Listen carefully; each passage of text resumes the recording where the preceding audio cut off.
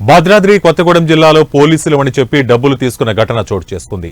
చుంచుపల్లి మండలం రుద్రంపూర్ గ్రామం వద్ద సింగరేణి పాయింట్ వద్ద కొత్తగూడెంకు చెందిన విద్యార్థులు ఆకాష్, తరుణ్ మరియు జస్వంత్ రాజు రీల్స్ తీస్తుంటే వారిని చూసిన పెనుగడపకు చెందిన 4 వ్యక్తులు పోలీసులమని బెదిరించారు.